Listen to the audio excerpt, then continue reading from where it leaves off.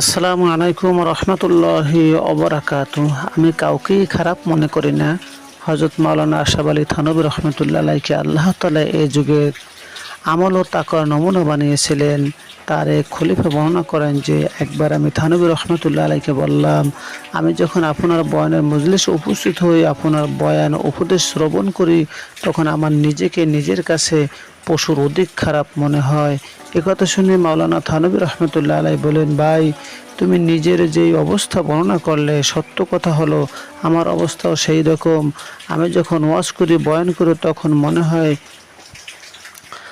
সবাই আমার চেয়ে ভালো, আমি সবার চেয়ে খারাপ। তাদের এমন মনে হওয়ার কারণ কি জানেন? কারণ সব সময় তাদের চিন্তা এই যে ছিল, আমার মধ্যে যেই দোষ সেই গুণ রয়েছে, অর্থাৎ যেই গুণ রয়েছে তা আমি কিভাবে দূর করব, আল্লাহ তাআলার সন্তুষ্টি কিভাবে লাভ করব।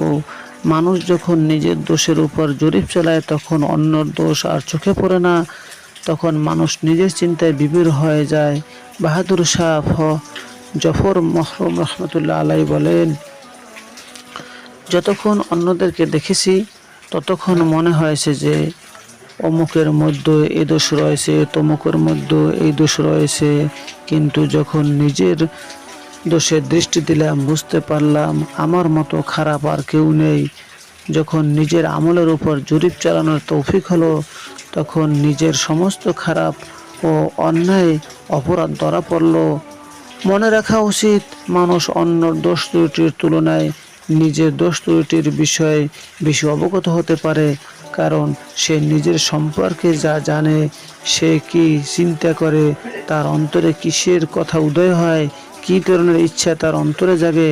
কিন্তু যেহেতু নিজের প্রতি দৃষ্টি নেই, নিজের দোষের ব্যাপারে অচেতন, নিজের সংশোধনের বিষয়ে উদাসীন, সেজন্য অন্যর দোষ চোখে পড়ে। মহান আল্লাহ তাআলা অন্যর দোষ খোঁজার বিরত থাকার তৌফিক দান করুন। আল্লাহ রসুলের পথে চলার তৌফিক দান করুন। পৃথিবীর সকল মানুষ সুস্থ থাকুক, ভালো থাকুক। আমিন। আসসালামু আলাইকুম রহমতুল্লাহি ওয়া বারাকাতুহু।